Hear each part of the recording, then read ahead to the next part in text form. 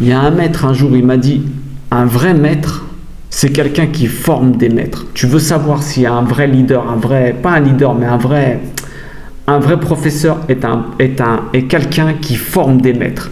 Alors, je n'ai pas la prétention d'être un maître, mais je peux vous donner des clés pour que vous essayiez de le devenir. C'est-à-dire, j'aimerais bien vous montrer toutes les méthodes que j'utilise pour étudier, décortiquer les textes et faire comme on fait dans toutes ces vidéos. Alors, qu'est-ce qu'on fait? Cette deuxième partie, c'est là, on va faire la vidéo sur les noms bibliques et leur signification de l'hébreu pour comprendre un peu plus le texte, de manière un peu plus, comment dire, évoluée du texte. Pourquoi? Parce que justement, on sait que les noms ne sont pas des prénoms dans la Bible et que en hébreu, chaque nom dépeint la caractéristique et donne un code sur la destinée de la personne et du personnage. Donc si vous apprenez les noms de ces personnages, si vous savez ce qu'ils veulent dire en hébreu, eh ben vous saurez interpréter la Bible de manière plus correcte. J'invite tous ceux qui tombent sur cette vidéo en premier d'aller voir la partie 1, sinon ça ne sert à rien. C'est les noms de l'ancienne alliance. Et là on va voir justement les noms des personnages qui sont dans les évangiles pour aller analyser pourquoi il s'appelle Zacharie, pourquoi il s'appelle Zaché, pourquoi il s'appelle Marthe et Marie. Et ça va vous aider, vous donner de nouvelles clés. Donc, on va passer, comme d'habitude, en mode écrit et on verra bien. La dernière fois, je ne vous ai pas dit au revoir dans la vidéo, mais bon, c'était une question de gain de temps parce qu'elle durait 50 minutes et on essaye de ne pas trop vous ennuyer non plus. Alors, on est parti. Donc, comme je vous ai dit avant, là, je vais vous montrer comment je procède. Je ne vous cache pas que j'ai fait des recherches avant, d'accord, sur tous les prénoms, tous les noms qu'il y a dans l'évangile, d'accord. Et je m'aide souvent de ChatGPT. ChatGPT, je pense que vous avez certainement entendu parler de cette incroyable intelligence artificielle, même si bon, il y a quelques erreurs, on dira oui et non, parce que c'est quand même quelque chose, je ne peux pas me permettre de critiquer vu ce que ça nous donne, d'accord? Mais c'est un super instrument de travail. Alors regardez, comment ça... Si vous ne savez pas faire fonctionner ChatGPT, d'accord?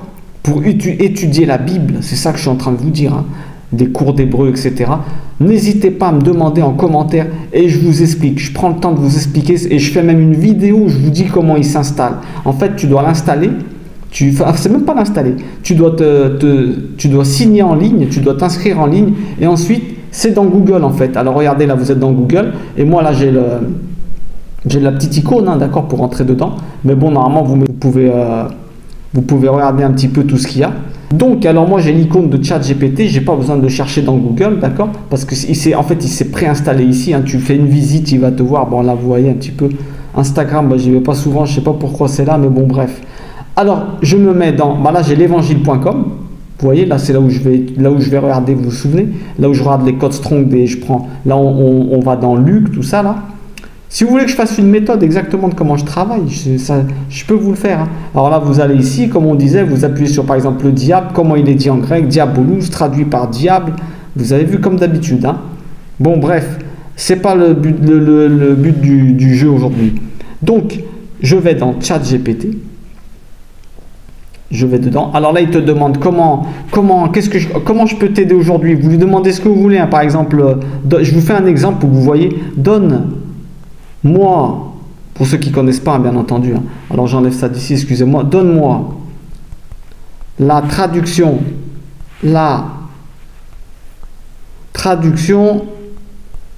de, par exemple, allez, je dis n'importe quoi, chaise en hébreu. C'est n'importe quoi, hein, d'accord? C'est juste pour que vous voyez, hein. Hébreu. Et n'oubliez pas de dire en hébreu et en phonétique également. Pourquoi? Parce que ça vous aide à savoir prononcer. Pour ceux qui étudient l'hébreu, hein, d'accord? Alors regardez comment on dit. Alors on enlève ça là. En hébreu, chaise se traduit par qui c'est. Vous avez vu, c'est écrit qui c'est.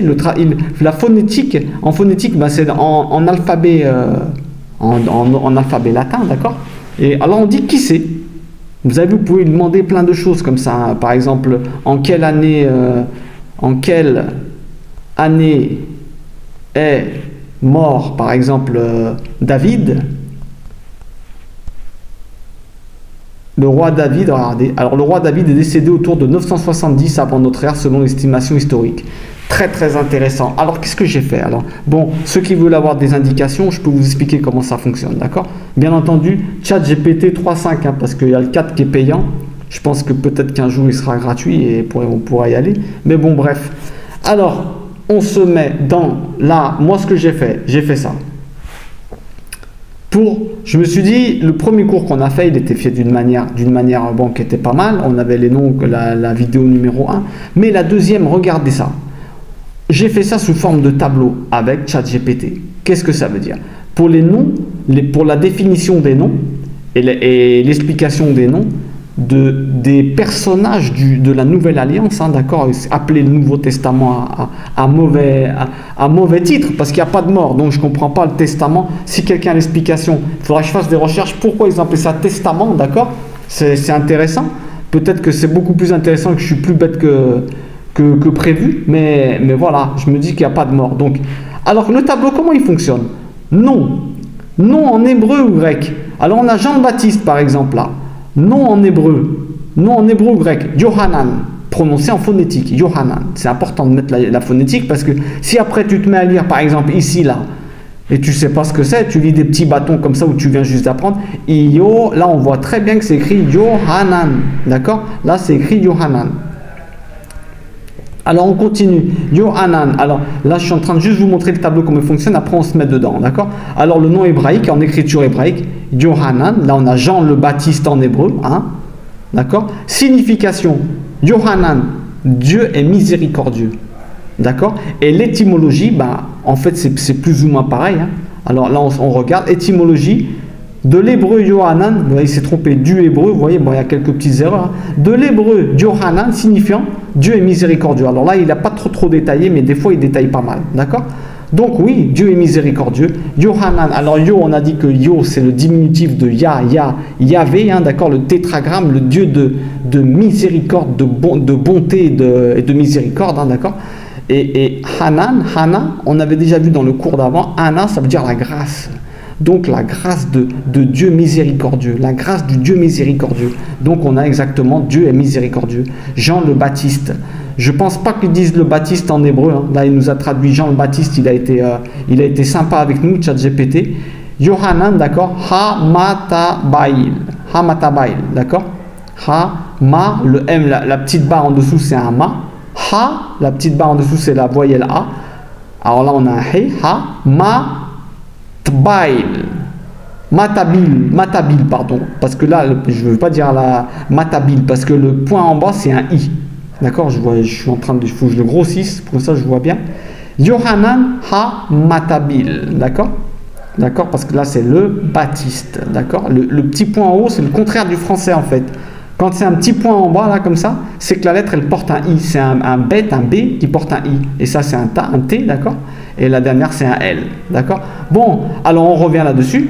On a traité le cas de Jean-Baptiste. Qu'est-ce que ça signifie? Alors Jean-Baptiste, hein, Jean miséricordieux. Alors si vous connaissez des personnes qui s'appellent Jean, c'est des personnes qui ont la miséricorde facile, ils ont de la grâce, hein, d'accord? Les danseuses avec de la grâce, c'est des personnes qui sont assez agréables, vous voyez? Alors on a tendance à avoir quelque chose de bizarre là. Pourquoi? Parce qu'on s'attend à ce que Jean-Baptiste soit quelqu'un de dur. Est-ce que c'était quelqu'un de dur, Jean-Baptiste? Ça, on ne sait pas. Pourquoi? Parce que c'est bizarre. On entend qu'il crie dans le désert, mais est-ce qu'en vérité, il était en train de crier? Ça, c'est intéressant. Peut-être que c'était vraiment pas le cas. Bon, bref, alors deuxième, bien entendu, Jésus-Christ. Deuxième personnage, Jésus-Christ. Yeshua, en hébreu. Yeshua. Là, on voit Yeshua.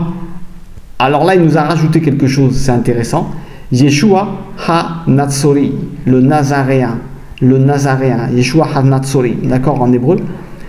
La petite lettre du début qui se prononce Yod, c'est un Yod parce que Yeshua veut dire Yé, comme Yohanan, la même petite lettre, on remarque au début, regardez, on a le Yod ici au départ, et là on l'a également dans Yohanan. Donc c'est quoi? Yo, Yé, c'est la même chose, c'est le début du nom de Dieu. Alors la grâce de Dieu, le Dieu de grâce, Yeshua, Dieu de grâce qui sauve. Donc nous avons Dieu sauve. Yahvé, d'accord, Yoshua, Dieu, Jésus signifie Dieu sauve. Alors, Dieu sauve. Alors, pourquoi? Parce que le Christ est le sauvetage que Dieu a prévu pour nous. il envoie le Christ pour nous sauver. Nous sauver de quoi? Eh bien, nous sauver des enseignements qu'on avait. Et bien entendu, nous sauver de l'emprise de, comment dire, de fausses religions, de fausses croyances. Nous sommes des enfants de Dieu. Mais bon, ce n'est pas le sujet d'aujourd'hui. Mais on va dire que Dieu veut une relation d'enfant avec nous. Il veut vraiment, il nous aime au point que nous, on ne doit pas passer par des intermédiaires ou quoi que ce soit. Dieu veut une relation filiale avec nous. Le Christ dit papa, hein, quand il dit Abba, il appelle Dieu papa et il dit notre Père, Abba. Il se fait notre frère. Mais bon, ce n'est pas le sujet de la vidéo d'aujourd'hui, mais c'est intéressant de voir que Jésus-Christ veut dire Dieu sauve. Alors Myriam, après on verra autre chose, hein. C'est important qu'on voie également pourquoi l'ange dit on appellera, il dit à Myriam, à Marie, ton fils Emmanuel, d'accord? Et après il l'appelle Jésus. Alors là on ne comprend pas bien. Pourquoi? Maintenant, grâce à la vidéo qu'on est en train de faire et des vidéos qu'on est en train de faire, vous comprenez que les noms sont des codes, sont des caractéristiques. Le prénom n'existe pas. Donc, Myriam, hein, Myriam, alors on a Myriam ici en phonétique, Myriam en hébreu ici, qui signifie la rebelle, obstinée et amère. Rebelle, obstinée et amère. De l'hébreu, Myriam, signifiant la rebelle. Alors, de là, on peut voir des caractéristiques des femmes qui s'appellent Marie, si vous en connaissez. Ce sont des personnes qui ont du caractère. Ça voulait dire également la bénie, d'accord? Là, j'ai oublié de le mettre, mais c'est également... Marie a un certain nombre de bénédictions. Pourquoi? Myrrhe, ça vient de la myrrhe. Vous vous souvenez de cet aromate, la myrrhe, qui est assez... Myriam, là, la mère, hein, Yam, c'est la mère en hébreu, la Yam. Là, on voit, hein, la Yam... Yam en hébreu, ça signifie la mère, cette partie-là. Donc ça veut dire qu'elle a une partie d'amertume, mais elle a également beaucoup de bénédictions, parce que l'eau, c'est la bénédiction. Alors continuons avec Pierre, hein, Pierre dénommé par le Christ, il s'appelait au début Simon, celui qui entend, on a vu ça dans la vidéo d'avant, et là il deviendra Pierre, d'accord? Pierre, c'est-à-dire Pétros en grec. Regardez, là on a l'écriture Pétros. Et on a rocher, signifie rocher, pierre, roc, du grec Pétros signifiant rocher. Donc, on voit tout de suite que le Christ l'avait dénommé. Pourquoi? Pour lui dire, tu es quelqu'un qui écoute, d'accord, mais tu vas devenir fort, tu seras quelqu'un de fort. Les pierres sont des personnes qui sont solides, c'est des rochers, c'est des personnes qui ont du caractère, c'est des gens forts en fait. En vérité, les pierres sont des personnes fortes. Je ne sais pas si vous en connaissez autour de vous, mais il y a plusieurs caractéristiques, dont la force dans leur nom.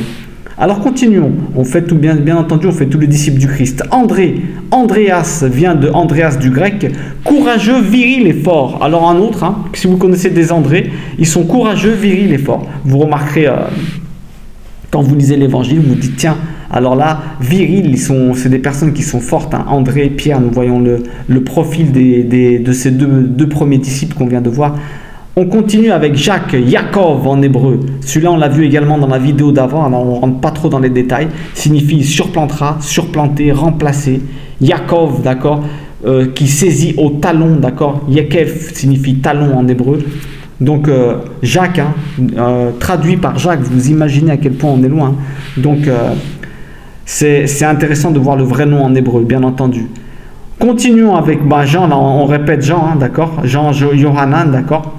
Jean, on avait Jean-Baptiste, là on répète. Là c'est, en fait on a pris ici parce qu'on a fait tous les disciples d'un coup. Donc on a vu Dieu fait grâce, Dieu fait miséricorde.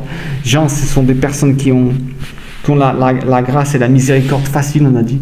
Philippe, tiens, c'est mon nom, Philippos. Alors Philippos, ça vient du grec Philippos, amoureux des chevaux, qui aime les chevaux. Bien sûr, philia, qui veut dire aimer, phil, et hippos, ça veut dire ça veut dire les chevaux. Philatélie, qui aime les timbres, philosophie, qui aime la sagesse, d'accord. Donc, les Philippes, comment on est, nous sommes des vrais chevaux, hein, on a toujours besoin d'apprendre des choses, de courir, d'aller chercher, de comprendre. C'est très difficile de rester en place quand on est un Philippe. On court après le savoir et après les choses, hein, d'accord. Après, bon, les chevaux, moi personnellement, je n'ai pas un amour spécial pour les chevaux, mais c'est vrai qu'on aime galoper, hein, on aime galoper. Alors on continue avec Barthélemy, Barthelmai, hein, du grec, de l'hébreu, pardon, bar. Alors là on regarde un bar, Telmaï, qui signifie fils du labourage, fils du laboureur. D'accord? C'est donc on regarde Barthélemy, nous avons ici de l'araméen. Regarde, on a une petite, c'est de l'araméen en fait, Barthélemy, fils du laboureur. Barthélemy. Ensuite, on continue avec le prénom Matthieu, Matthieu, Matityahu. D'accord? Don de Dieu. Matthieu, c'est don de Dieu. Donateur divin, de l'hébreu, don de Dieu. Là, cette dernière case-là, quasiment, elle ne nous sert à rien. Mais bon, si, en fait, c'est après qu'elle va nous servir. Donc, Matthieu, don de Dieu. C'est un don de Dieu. Quand on voit dans l'évangile que le Christ va le chercher, don de Dieu, quand il le prend dans le changeur, là, il arrive dans une ville, il a les changeurs, il va manger chez lui. C'est un don de Dieu. En fait, cette personne était un don de Dieu. Vous allez comprendre pourquoi c'était un don de Dieu. Vous allez comprendre parce que on fera une étude dessus et on remarque que cette personne, elle a permis, c'était un don de Dieu, cette personne, et le Christ, il a changé son destin pour qu'il devienne justement un don de Dieu pour les autres. Alors nous avons Thomas. Thomas vient de Thomas en grec, mais on dit didyme en hébreu. Didyme, d'accord?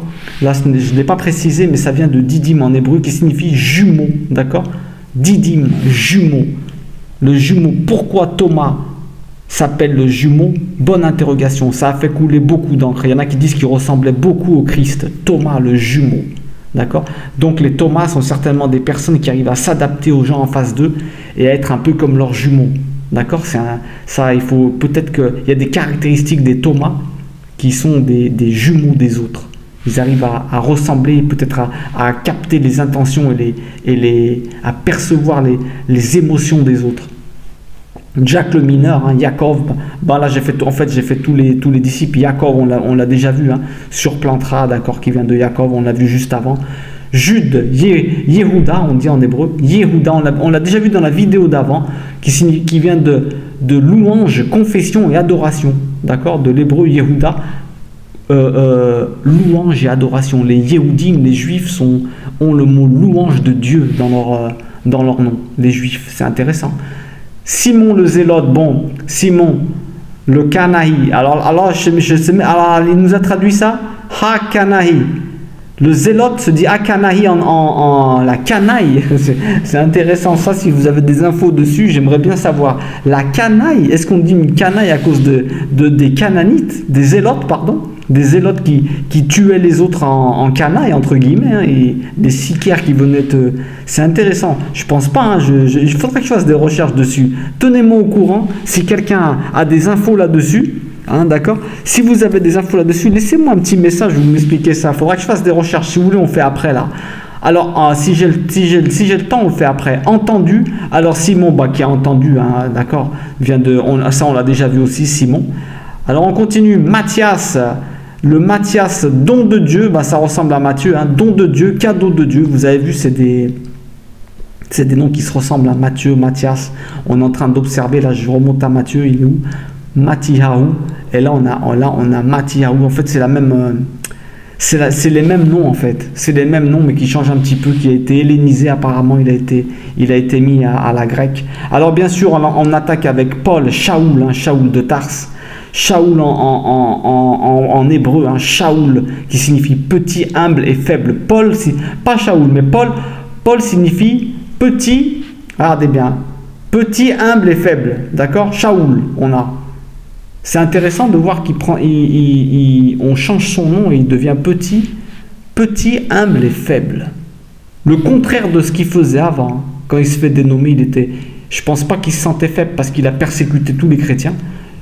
Peut-être qu'il n'avait pas beaucoup d'humilité, ça on ne sait pas, je ne veux pas non plus faire de la mauvaise langue, mais là en tout cas il est devenu humble, il était petit, faible et humble, il était peut-être humble toute sa vie, mais on savait que c'était quand même un gros étudiant, il devait avoir de l'humilité parce que c'était un des plus sages de l'époque quand même, même avant qu'il tombe, entre guillemets, avant qu'il tombe sur le Christ. C'était quelqu'un de très sage, c'était le plus grand élève de Gamaliel, donc ce n'était pas un plaisantin entre guillemets, entre grosses guillemets. Ce n'était pas quelqu'un qui ne connaissait rien, c'était un très grand. Alors on va rajouter quelques noms, Étienne, Stéphanos, d'accord, Stéphanos qui vient de couronne, couronné, victorieux. Quand on voit la mort qu'il a eue, eh ben, c'est quand même quelqu'un qui avait quand même une couronne de foi en lui. Hein. Et il termine vraiment, même s'il se fait lapider et vraiment martyriser, eh ben, on remarque qu'il y va avec quand même une certaine classe, une certaine dignité, une couronne d'un roi. Donc si vous connaissez des Étienne, c'est des personnes qui ont cette classe, cette dignité et qui ont tendance à célébrer des victoires. Nathanaël, alors là on a des informations, Nathan veut dire donner et Hel Dieu. Donc là on regarde tout de suite Nathanaël, le don de Dieu, d'accord? Nathanaël, Nathan veut dire donner et Hel veut dire Dieu, donc le don de Dieu. Et si vous remarquez bien, ce mot c'est un palindrome, c'est-à-dire si on enlève le H, on a N, regardez, on a N, A, T au milieu, A, N de l'autre côté. Et si on lit dans l'autre sens, un palindrome c'est un mot qu'on lit d'un sens et dans l'autre c'est le même. Nathanaël, qu'on le lise de droite à gauche ou de gauche à droite, en enlevant le L, hein, le AL, d'accord? Le don en hébreu se dit Nathan, N-A-T-A-N. Et si on le lit de l'autre côté, on dit N-A-T-A-N aussi. Pourquoi? Eh bien parce que le don en vérité, quand tu donnes, tu reçois forcément quelque chose. Incroyable. Écoutez les subtilités de l'hébreu. Quand tu donnes, tu reçois forcément quelque chose. C'est pour ça que donner, on dit Nathan. Les Nathans sont des personnes qui ont certainement la tendance à être donneurs, à être des personnes qui sont bénies et qui donnent. Une personne qui donne est forcément bénite. Alors Zachaios, on a le Zaché, l'histoire de Zaché, pur et innocent. Et c'est incroyable, hein, parce que tout le monde pensait que c'était un escroc dans l'histoire du Bible, de l'évangile, pardon. Tout le monde pensait que c'était un escroc. C'est incroyable. Tout le monde pensait que c'était un escroc. En vérité, son nom, c'est pur et innocent. Vous verrez pourquoi, si Dieu le veut, parce qu'en vérité, c'est un grand personnage, ce Zaché. Et si on ne lit pas correctement, on passe complètement à travers, on croit que c'est un escroc. Quelqu'un qui monte sur le sycomore, on dit oui, c'est un collecteur d'impôts, c'est un escroc. C'est complètement faux. Vous verrez, si Dieu le veut, on fera l'étude et vous allez comprendre et vous allez aimer. Alors Hérode, hein, on a traduit Hérode pour voir ce que ça voulait dire. Hérode, c'était un titre. Hein. Ils disent là, il est écrit origine incertaine. Mais je l'ai cherché avant, ça voulait dire autre chose. Je vais essayer de voir s'il n'est pas ici, Hérode. Attendez 2 secondes. Il m'avait donné quelque chose. Non, on va essayer de voir après. Bref, je vous montrerai comment on fait pour chercher. Parce qu'il m'avait donné une autre... regardez pas trop l'écran si vous voulez pas être... je voudrais pas vous donner non plus un peu de tournis. Hein. Donc Hérode, on verra après. Parce qu'il y a une signification d'Hérode. Juste quand on termine, on regarde. Alors Marthe, la dame, la souveraine, d'accord? Celle qui accueille le Christ chez elle et c'était la dame de maison. D'ailleurs, elle s'affairait beaucoup aux choses extérieures données à manger. Et elle délaissait l'invité. Mais ça, on le verra aussi si Dieu le veut. Histoire extraordinaire, l'histoire de Marthe et Marie. Alors Élisabeth, on a la cousine on dit la cousine, mais c'est une parente, hein, d'accord? Élisabeth, Dieu est plénitude, Dieu est promesse. Elisha, d'accord? Eli, Sheva, bah c'est Dieu. Hier, on a fait la vidéo sur Eli qui veut dire Eli, mon Dieu, Eli, la promesse de mon Dieu. Eli, Sheva, Eli, Hel, Dieu, ça veut dire mon, à moi. Eli, Sheva, la promesse. Incroyable mais vrai, la promesse de Dieu. Pourquoi? Eh bien, quand on lit l'histoire d'Élisabeth, on voit tout de suite elle incarne la promesse de Dieu. Quelle promesse de Dieu? Eh bien que Dieu va renvoyer un sauveteur. Incroyable. Et son fils, Yohanan, Jean, surnommé le Baptiste, est celui qui va annoncer cela. Donc, Élisabeth, elle annonce le sauvetage. Elle annonce la promesse de Dieu. C'est en elle que s'accomplit la promesse de Dieu. Zacharie, vous vous souvenez de Zacharie? Zacharie, ça veut dire la mémoire de Dieu, le mari d'Élisabeth. Zacharie, celui qui reste muet dans l'histoire, la mémoire de Dieu, parce que justement Zachar signifie faire mémoire, le masculin également. Zachar, Yahvé, vous savez, la mémoire de Dieu. Zachar, partagé en 2 mots. Si vous maîtrisez Yah et Hel déjà, chaque fois que vous entendez Hel, ça veut dire Elohim, Dieu.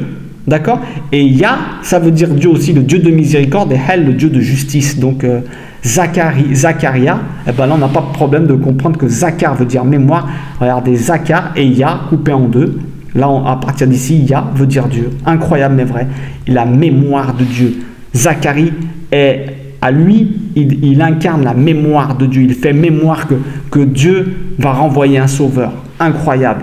Bah, Yosef, on l'a vu hier, hein, Joseph, hein, qui ajoute, qui est dérivé de Yosef, bien sûr, qui ajoute ou qui enlève. Hein. Attention, on a dit, hein, les prénoms, c'est à double tranchant. Si Joseph veut dire qui ajoute, Il a aussi la faculté d'enlever. Hein. Les prénoms, c'est antagoniste. Quelqu'un qui s'appelle Daniel, on a vu que c'était le jugement, hein, Daniel, le jugement de Dieu. Il a la faculté de faire de très bons jugements, mais attention, pour respecter son libre arbitre, il a également la faculté d'en faire des très mauvais. D'accord? Donc, il faut vraiment que ce soit... Daniel, c'est quelqu'un qui doit étudier tout le temps, par exemple, pour toujours être juste. Et Zacharia, hein, d'accord? Pardon, et Joseph, on en était à Joseph. Joseph, eh ben, c'est important. Il peut ajouter ou il peut enlever. Les Joseph ont de la bénédiction. C'est des personnes qui rajoutent. Incroyable, mais vrai, Joseph. Ils peuvent même... Ce qu'ils disent, ça arrive. Ils ont la prophétie dans la bouche.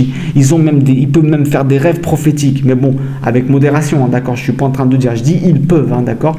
Mais il faut qu'ils marchent avec Dieu. Sinon, ils enlèveront plus qu'ils ajouteront. Ils enlèveront plus de joie, d'envie de vivre que d'en rajouter. Extraordinaire. Hein?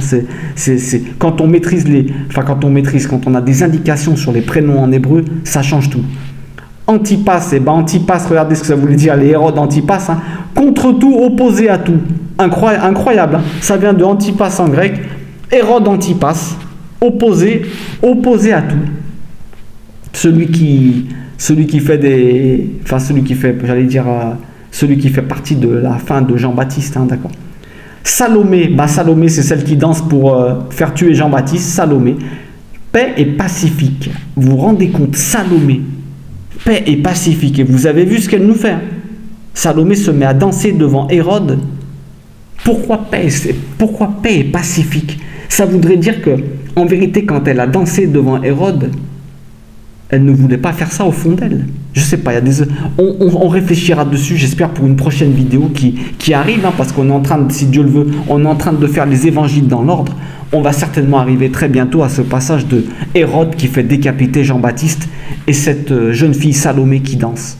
Donc j'espère vraiment, si vous avez des idées d'interprétation, envoyez-moi-les, car j'en ai certaines, hein, attention. Mais comme ce n'est pas le moment, on ne va pas rentrer là-dedans. Mais envoyez-moi ce que vous avez si vous voulez. Et Lazare, bien entendu, ce Lazare qui se fait ressusciter par le Christ. Hein.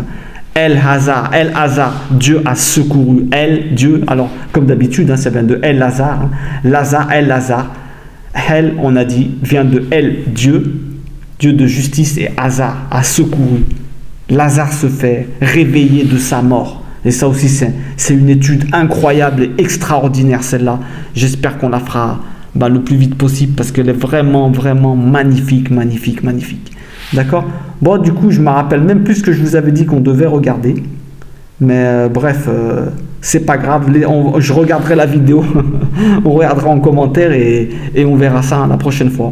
Donc, je vous dis à très bientôt, très bientôt. Et comme vous avez vu, que Dieu vous bénisse. Et si vous avez des questions, comment on étudie, comment on fait ce que je viens de faire et tout, n'hésitez pas, je vous laisse des commentaires et je vous envoie tout ça. D'accord? Si vous voulez des interprétations de prénoms, laissez-moi-le en commentaire et on travaille tout ça. D'accord? Que Dieu vous bénisse hautement.